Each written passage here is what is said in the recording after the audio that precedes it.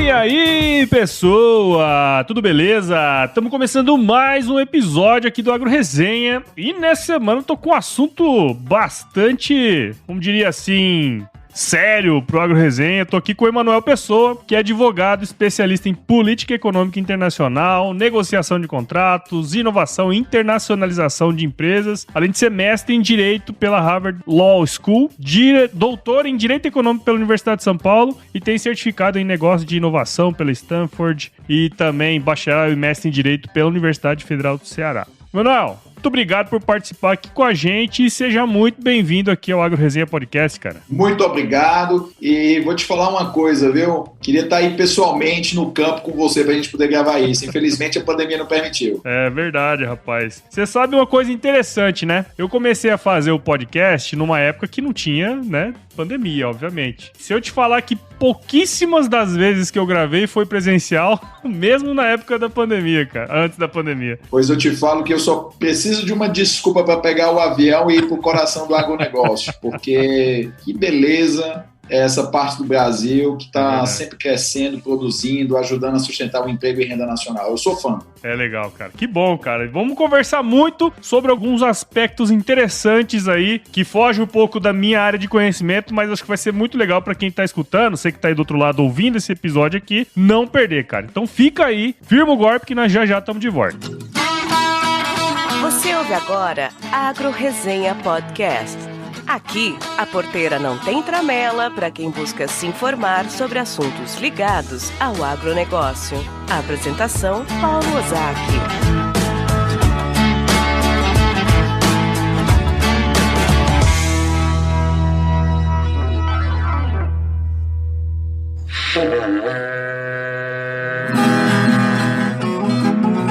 Bom, você já deve ter ouvido a máxima de que é o olho do dono que engorda o boi, certo? Isso é verdade até certo ponto, afinal, só olhar não adianta nada ser uma boa direção. Com base em valores como honestidade, qualidade, inovação nos produtos e excelência no atendimento, a Nutripura, que há quase 20 anos atua no segmento pecuário, te dá essa direção, oferecendo os melhores produtos e serviços aos pecuaristas, garantindo resultados positivos não só no campo, mas principalmente no bolso. E eu digo isso não é da boca pra fora não, afinal eu trabalhei lá, cara, eu vi com meus próprios olhos a competência técnica e o cuidado com o negócio do cliente. Saiba mais sobre a Nutripura em www.nutripura.com.br e fique ligado nos artigos que saem no blog Canivete, que na minha opinião é o melhor conteúdo sobre pecuária de corte que você vai encontrar na internet. Siga também a Nutripura nas redes sociais, é só chegar lá no Instagram, Facebook, Twitter e YouTube e fique atualizado sobre o que há de mais avançado na pecuária. Nutripura, o produto certo na hora certa.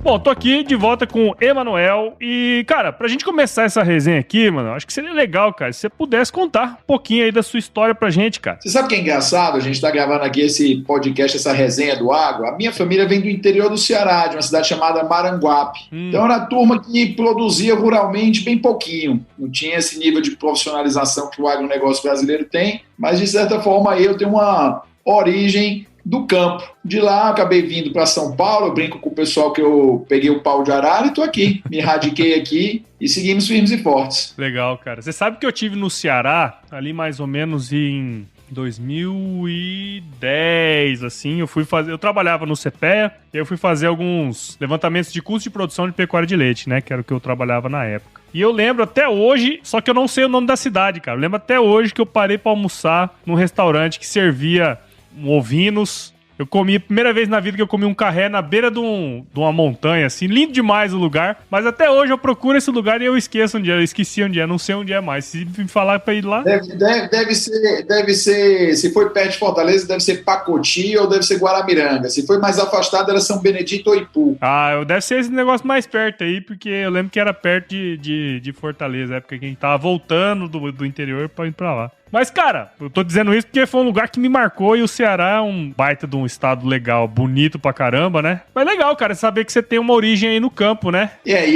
eu tô torcendo pra que em breve vire fronteira agrícola, né? Com gotejamento e tudo mais. a gente cultivar lá o sertão, agora que já teve a transposição de São Francisco, torcendo para daqui a pouco tempo a gente vê aí também tudo verdinho, como a gente encontra aí no Mato Grosso do Sul, Paraná e Goiás, etc., porque lá dá para plantar também. Então, torcendo para chegar essa fronteira agrícola lá no Nordeste também. Bom demais, cara. Mas como eu falei que a gente ia falar sobre um assunto sério, né?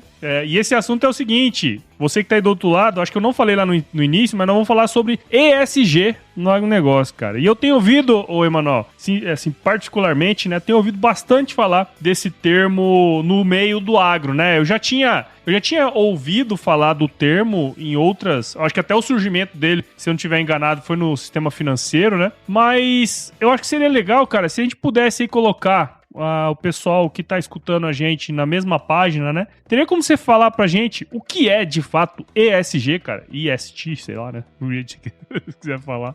Vou te falar o seguinte, essa sigla, o ESG, né? Ela vem de 3 palavrinhas em inglês. O E é para environment, meio ambiente, o S é de social, né? Social, e o G de governance, para governança corporativa. Então, essa sigla significa meio ambiente, social e governança corporativa. É um conjunto de práticas que elas são observadas pelos investidores hoje, na hora de aplicar os recursos, e que as empresas também utilizam tanto para aumentar o seu valuation, como para elas obterem consumidores muito mais engajados, que são pautas que estão aí dominando. E a origem do ESG, ele vem aí dos anos 80, quando houve um movimento dos consumidores para que as empresas americanas parassem de investir na África do Sul por causa do apartheid. Isso, na época, chamava investimento socialmente responsável. Só que foi se percebendo que o investimento socialmente responsável, ele não abrangia coisas como meio ambiente e governança corporativa. Ele se preocupava apenas com aspectos sociais. E aí, os investidores, obviamente, resolveram empacotar todas essas práticas em uma única sigla, porque torna mais fácil de entender para o mercado e torna mais vendável a ideia, vamos dizer assim.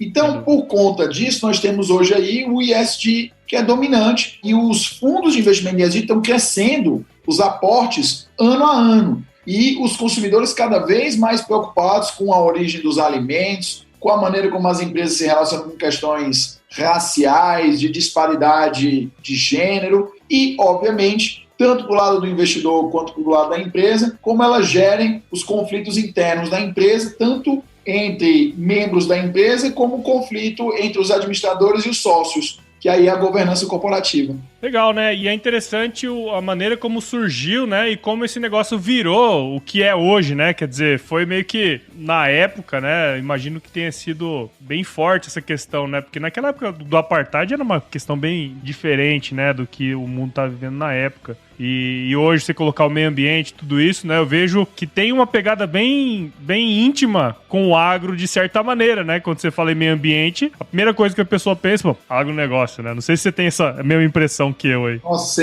você foi direto ao ponto. O que acontece hoje? 99,99999% do que você vai ter de preocupação em relação a meio ambiente se relaciona de alguma maneira com o agronegócio ou com a questão de neutralização da pegada de carbono. Até tem um aplicativo aqui de comida que eu costumo pedir em São Paulo, que agora eles colocam lá que a sua entrega é neutra em carbono, né?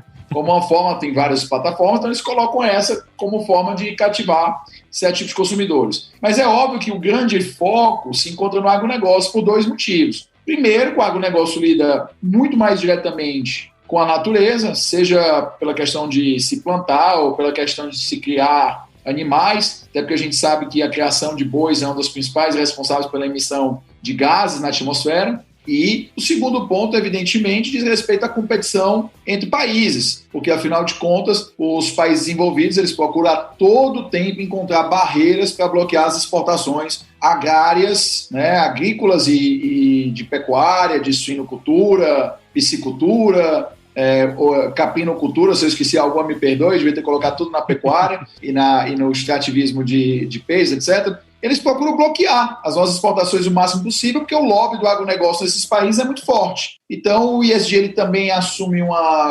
protagonismo muito grande para o nosso empreendedor rural, porque se ele não souber jogar as regras do jogo, ele vai começar a descobrir um monte de barreiras à exportação que não tem a ver com tributação e não tem a ver com questões fitossanitárias. E é interessante você colocar esse ponto, né? Porque, assim, até na nossa conversa prévia aqui, você estava comentando justamente isso, né? Quer dizer, cada vez mais esses países que têm uma certa tradição no agronegócio, né, na agricultura, na pecuária, como França, entre outros ali na Europa, próprios Estados Unidos, né, cada vez mais vai ter essa briga por território, falando assim bem entre aspas, né, vamos dizer assim. E aí, recentemente, até no release que eu recebi aqui, o pessoal lá da ABAG, né, Associação Brasileira do Agronegócio, eles disseram que o ESG é um dos maiores gargalos do setor, né? Quer dizer, na sua visão, cara, como que o ESG, então, de certa maneira, pode ajudar o agronegócio como um todo, assim? Eu vou aproveitar,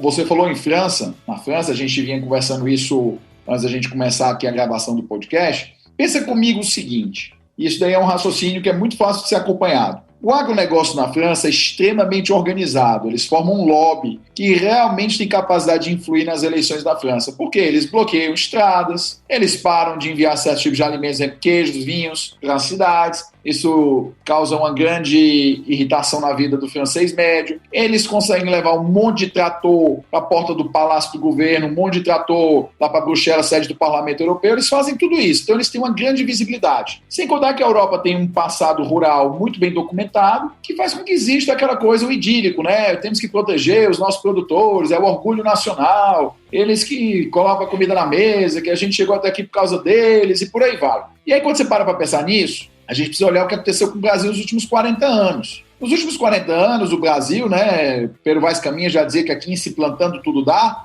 o Brasil foi aumentando a sua produção, aumentando a exportação, competindo por mercados, e aí o que eles faziam? O livre comércio é maravilhoso, quando eles querem vender um computador para a gente, né, e não querem que a gente tenha tributação para que não surja uma empresa de computação nacional. Eu não estou dizendo que tributar vai fazer surgir a empresa nacional, mas a lógica que aplico é essa. Vamos impor o livre mercado, porque aí a gente vende os nossos produtos caros. Legal. Vamos então vender para esses caras agora soja. Você manda vender a soja no Brasil, eles tributam um absurdo. E nos últimos 30, 40 anos, a nossa produtividade, a nossa capacidade comercial, essa força do nosso produtor, que eu vou te falar, viu, são heróis mesmo. A força do nosso produtor chegou ao ponto que o nosso produto chega hoje na Europa, nos Estados Unidos, na Austrália, Nova Zelândia, China, Rússia, o que você quiser, mais barato do que o produto deles. E nesses países que jogam com o império da lei, que tem legislação realmente seguida à risca, que obedece esses limites legais e que se submetem às regras da Organização Mundial do Comércio, não adianta mais tributar. Do ponto de vista tributário, é praticamente impossível eles conseguirem proteger os produtos deles. Nós chegamos num ponto de produtividade, competitividade, que é praticamente impossível. Eles não conseguem mais barrar a gente na tributação. E olha que a logística do Brasil é uma droga. Imagina se o preço da logística desabasse. Imagina quando ficar bom.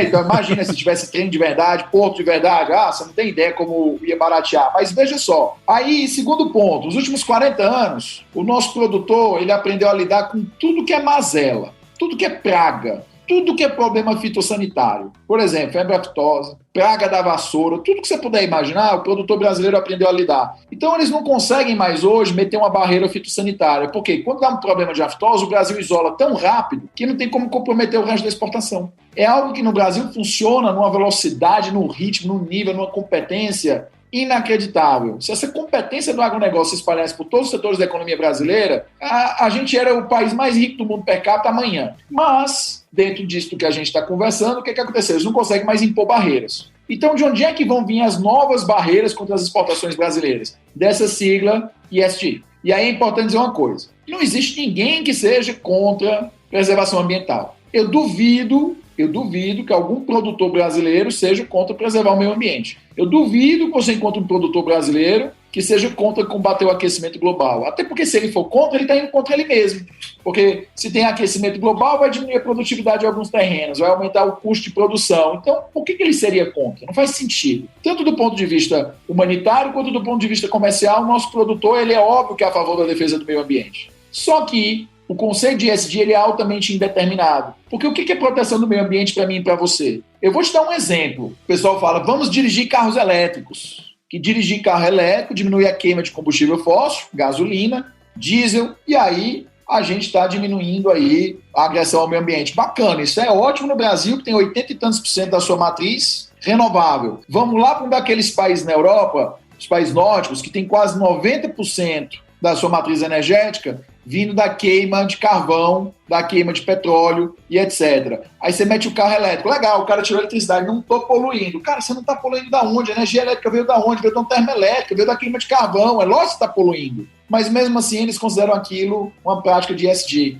Porque o raciocínio deles vai ser que isso é um sacrifício necessário hoje para baratear o custo da bateria, para melhorar a tecnologia, para no futuro ser mais eficiente e consumir menos do que a queima do carvão. Então você vê que cada lugar, cada país e cada momento diz o que é uma prática ambiental, o que é uma prática social e diz o que é governança corporativa. Verdade. Então, como esse conceito é indeterminado, você tem muita abertura para que os países europeus venham e digam que o produtor X, lá em Corumbá, um produtor X em Sinop, o produtor X no Ji-Paraná, ele descumpre regras ambientais e por isso o produto dele não pode ser admitido na União Europeia. Você quer um exemplo melhor do que esse? Teve queimada na Amazônia ano passado? Teve. Teve chamas? Teve. É lamentável? É lamentável. Podia ser combatido melhor? Podia. Mas por que o presidente da França pegou uma foto de uma queimada que tinha acontecido sei lá quantos anos antes e colocou na internet, que foi uma queimada muito mais violenta? Foi porque ele é desinformado? Você consegue acreditar que o presidente de uma das 10 maiores economias do mundo é um desinformado? Ou você acha que ele não fez isso propositadamente para colocar pressão no Brasil dentro do acordo União Europeia-Mercosul para ele conseguir mais concessões para o agronegócio europeu? Então não tem menino bobo nesse negócio. Exatamente isso. Quer dizer, acho que uma coisa que você falou que para mim faz muito sentido é essa questão do que é preservação ambiental para um povo e para outro povo, né, cara? São momentos diferentes, né, velho?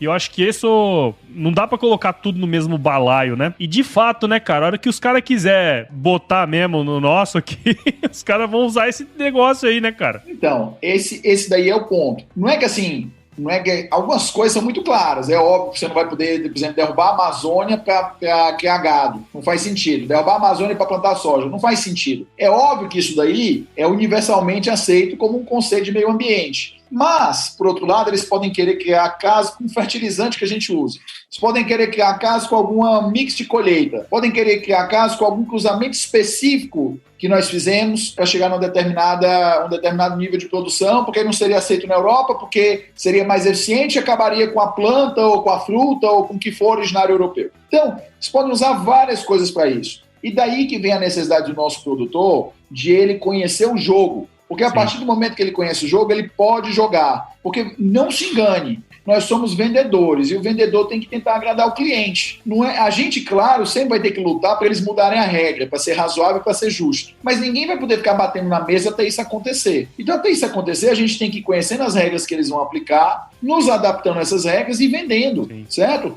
A gente quer vender, a gente quer produzir. Então, se isso acontece, a gente precisa conhecer a regra. E esse é o ponto que está hoje ruim no agronegócio brasileiro. Se tem um ponto defeituoso do agronegócio brasileiro hoje, é esse, é o ESG. Falta profissional qualificado, falta conhecimento geral para os produtores sobre a importância disso e falta a conscientização da visão estratégica de se antecipar no tempo e resolver esse problema. Sim. Porque esse problema ele ainda não está tão grande. Dá para matar na origem. Verdade, verdade. Legal, cara. Interessante, né? Acho que você colocou aí alguns aspectos, né? Mais do ponto de vista até político, né? Do que necessariamente qualquer outra coisa. Mas eu queria puxar agora para um outro assunto aqui, que é o seguinte, né? No agro, a gente tem um pensamento, né, de que o cara vai começar a pensar no verde quando ele sair do vermelho, né? Até pouco tempo atrás, a gente vivia uma época, assim, de margens, de fato, estreitas, né? Porque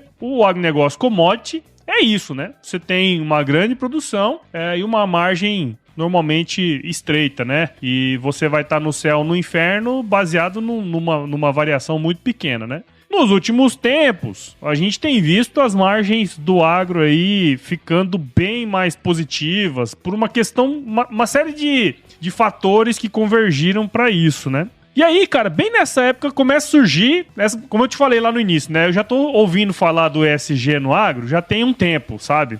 E aí começa a surgir essas abordagens, né? Visando, no caso, o ambiental, mas aí tem o social e a governança que junta aí os 3 termos do ESG. Mas assim, cara, a minha dúvida é que assim, o agro ele é cíclico, tá certo? Como eu falei, o cara pode ir do céu pro inferno baseado numa geada. Esse ano mesmo vai ser um ano bem complicado, né? Quer dizer, os preços vão estar altíssimos, sei lá, para um produto como o café. Só que muita gente perdeu a colheita, o cafezal inteiro por conta de geada, né? Na sua visão, cara, não corre o risco do ESG, por exemplo, ele ser uma moda do momento, assim, uma moda que tá aí agora e na hora que começar o negócio de degringolar aí, ele sumir, cara? Eu vou te falar uma coisa, você tem razão em pensar se pode ser moda, mas se essa for uma moda, é uma moda que vai durar bastante. É tipo um Tião Carreiro, né? É uma moda que dura bastante.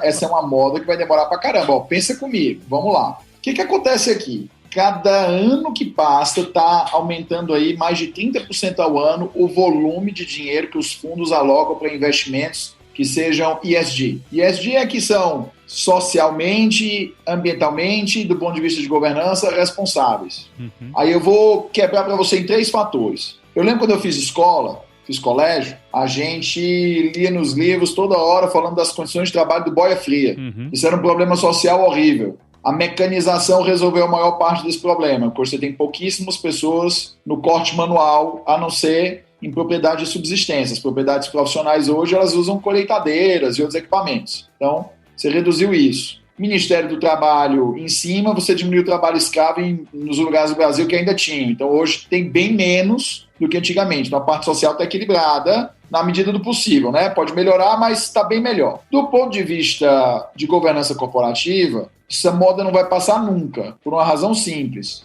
O investidor que olha uma empresa agrícola, uma empresa de pecuária, porque eu vou colocar o nosso produtor rural como uma atividade profissionalizada, ele usa empresa para isso. Quando ele olha uma empresa bem gerida, bem administrada, que tem processos internos, que tem governança corporativa, o valor daquela empresa é maior. Então, na hora do cara pedir o dinheiro emprestado, do produtor pedir emprestado, da empresa pedir emprestado, ela consegue um valuation maior, ela consegue juros menores. Então, ela fica muito melhor. E do ponto de vista ambiental, nós temos 3 pontos a serem considerados. Primeiro é que a captação de recursos também tem sido com taxas de juros mais baixas. A Klabin e a Suzano, um tempo atrás, emitiram os Green Bonds, que são títulos emitidos com obrigações de melhoria de indicadores ambientais. Taxa de juros de 3% e 3,15% ao ano. Baixo pra caramba, né?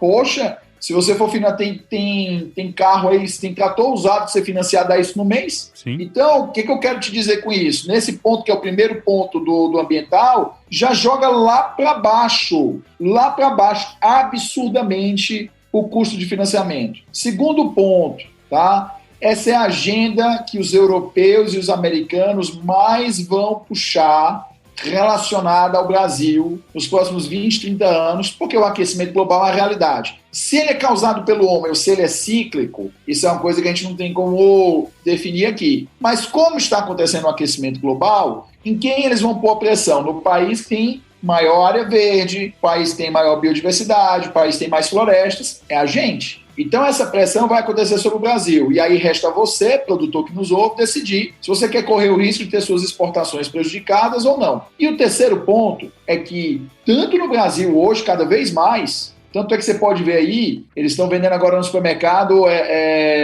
hambúrguer que não é feito de carne, né? Baseado em planta. Sim. Nossa, aqui em São Paulo abriu churrascaria vegana. Eu não consigo entender muito bem o termo, mas tem churrascaria vegana. É ótimo, hein?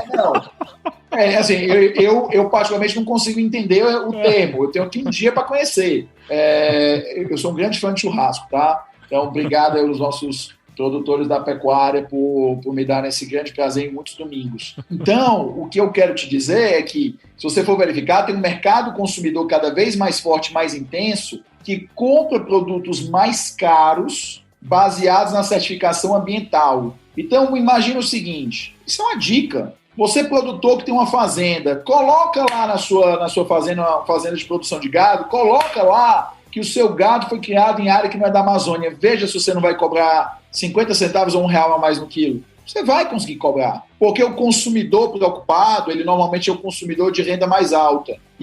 Porque essa preocupação, ela ela pode existir em todos os estratos, mas quando a pessoa tem pouco dinheiro, ela tem que ceder e comprar aquilo que ela pode pagar. Mas quando a pessoa ela tem mais dinheiro, ela tem dinheiro sobrando, aquele mercado consumidor mais desejado, premium, esse cara que tem dinheiro sobrando, ele paga mais por uma empresa que segue as convicções dele. Então, quando você vai vender produtos dizendo que eles nunca foram geneticamente modificados, é mais caro. Você vai nos Estados Unidos, certo, Paulo? E você entra no supermercado e tem lá grass-fed beef, boi que só comeu grama. É o dobro o preço da carne, é o dobro. E o consumidor paga, o que tem dinheiro ele paga, o que não tem dinheiro compra o que tiver. Infelizmente é assim, o jogo é esse. Se você tem, você faz. Se você não tem, você não faz. Então, o cara paga mais, certo? E normalmente não custou o dobro para produzir esse boi. Custou algo a mais, mas não foi o dobro, mas você vendeu pelo dobro. Então, a parte do ela vem também de você aumentar o valor agregado do seu produto. Então, o G, obviamente, pelo valuation da empresa, pela organização, pela captação de investimento. O S, no Brasil, tem coisa a melhorar, ainda tem foco de trabalho escravo, é claro, ainda pode melhorar a mecanização, os salários podem melhorar, mas não é tão dramático quanto já foi. E o E é isso, melhorar o financiamento, taxas de juros ridiculamente baratas, porque está sobrando dinheiro no mundo, e o critério que os fundos usam para emprestar esse dinheiro hoje, principalmente, é o critério do ESG. Segundo ponto, evidentemente, é você não se perder nas exportações, especialmente para países ricos. E o terceiro ponto é esse, você tem uma legião de fãs, gente que te compra mais caro e faz publicidade para você, é melhor do que uma agência de marketing. É interessante esses pontos, né? Porque faz a gente refletir bastante e colocar o produtor na jogada. Acho que isso que você falou aí é um negócio interessante, né? Do cara entender onde que ele tá na fila do pão, né? Porque é importante o cara ficar ligado nesse negócio. Mas assim, cara, do ponto de vista prático, cara, a empresa ou, sei lá, o produtor que queira, né, iniciar um processo como esse aí de SG, cara, quais são as práticas aí que você pode falar pra gente, né? O que é necessário pro cara alcançar esse objetivo aí? Eu vou te colocar uma coisa. O grande problema hoje para o produtor brasileiro deslanchar no agro da maneira mais forte e irresistível, ser uma torrente, como ele faz em todos os setores que ele se lança, é que hoje tem muito pouco profissional qualificado numa ponta, e na outra ponta que o pessoal produtor ainda não tem a consciência de que precisa do ESG. Eles só vão começar a ter a consciência do ESG quando eles forem tentar mandar uma carga para o Porto de Santos e o comprador disser que está cancelado. Ou quando ele for na feira comercial, que ele sempre vai fora do Brasil para fechar contrato, e chegar lá e o pessoal perguntar por certificados que ele não tem. Então, o primeiro ponto importantíssimo é ele estudar mais, se informar e ter consciência. Segundo ponto, ele contratar profissionais especializados, que hoje ainda tem poucos, mas existem, né? E, evidentemente, dentro aí dessas práticas de ESG, vai depender de cada segmento. Então, por exemplo, o cara do segmento do agro, a melhor coisa que ele pode fazer é comprovar que ele não está cultivando em área da Amazônia, que ele não cultiva em área invadida, que ele tenta neutralizar a pegada de carbono dele, que ele pegou um terreno ali qualquer e fez um reflorestamento, ele dá a contribuição dele com replantio de árvores. O cara da pecuária, a melhor coisa é ele conseguir rastrear boi a boi, para deixar claro onde o boi teve, o que ele não teve, comeu, não comeu, foi bem tratado, foi maltratado. Isso tudo faz toda a diferença do ponto de vista do ESG. E é óbvio que dentro disso ele não vai fazer por fazer. Ele faz primeiro porque ele acredita, segundo porque ele precisa e terceiro porque funciona. E aí tem que partir para conseguir certificações. Às vezes a gente ajuda algumas pessoas a conseguirem certificações e as pessoas depois elas ficam maravilhadas, os produtores ficam maravilhados como faz a diferença, como facilita a venda e entra em mercados que ele não tem. Eu vou te dar o exemplo mais simples possível para você ver. Se você quiser exportar frango para o Oriente Médio, você tem que ter um certificado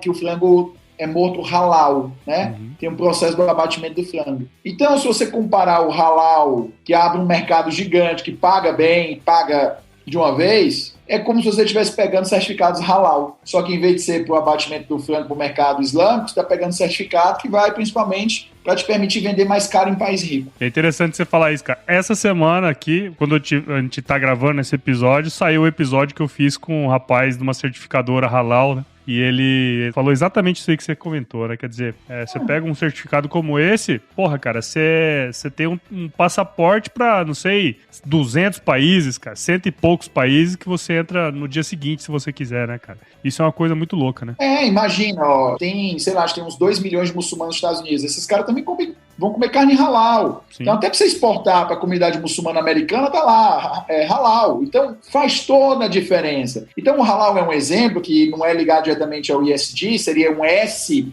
restrito à comunidade muçulmana, mas esses certificados de várias naturezas te ajudam a vender no mercado europeu, te ajudam a vender no mercado americano, te ajudam a vender no mercado australiano, te ajudam a barrar resistências na Europa Oriental, te ajudam a barrar resistências na China, te ajudam no Japão. Então é para você exportar mais. E aproveitar que hoje que o real está super desvalorizado, você falou que vai no céu e na terra, acho que hoje é um momento bom para o agronegócio exportar com o câmbio que está aí hoje. Aí amanhã exporta muito, o câmbio cai para 3, não fica tão bom. Então tem que aproveitar agora, que o dinheiro está entrando. Agora é hora de fazer as estruturas, né? A base da estrutura. Lá na frente, exatamente.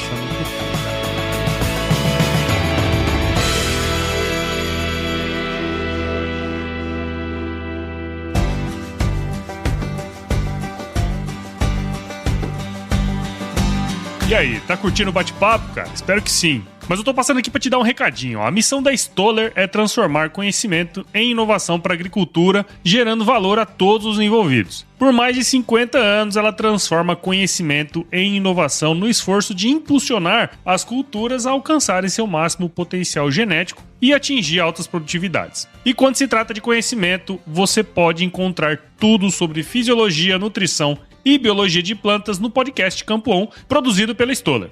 Lá, um time de especialistas aborda assuntos relacionados às principais culturas agrícolas e, como você já sabe, você pode escutar quando, onde e como quiser. Aprimora o seu conhecimento no site da Stoller, o www.stoller.com.br.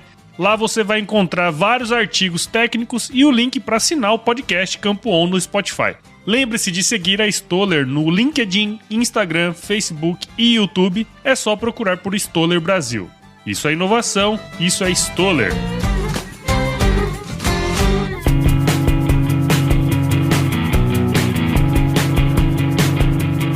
Porra, Emanuel, cara, legal pra caramba, bicho. Eu gostei demais da nossa prosa aqui, da nossa resenha, cara. Quero muito te agradecer aí. Eu tenho absoluta certeza que quem tá do outro lado agora, escutando esse episódio, caminhando, viajando, né? O pessoal sai pro campo e vai escutando o podcast, né, cara? Tenho absoluta certeza que quem escutou esse episódio aqui pôde entender um pouco mais do ESG, né? E, obviamente, aí um pouco mais do seu trabalho, cara. Então, muito obrigado e parabéns aí pelo trabalho que você tem desempenhado, viu? Olha, o parabéns é para o nosso homem do campo, né, Paulo? E para você que ajuda a trazer as informações para eles. Eu digo e repito, especialmente no ano de crise, o agronegócio do Brasil cresceu. Estamos falando de gente que é heróica. É muito fácil a gente esquecer, porque as pessoas, a maioria dos brasileiros vive na cidade, é fácil esquecer, mas quem acorda às 5 horas da manhã e vai dormir meia-noite todo dia, trabalhando, cuidando da nossa alimentação, garantindo o dólar que segura a economia brasileira, é a turma do agronegócio. Então, meus parabéns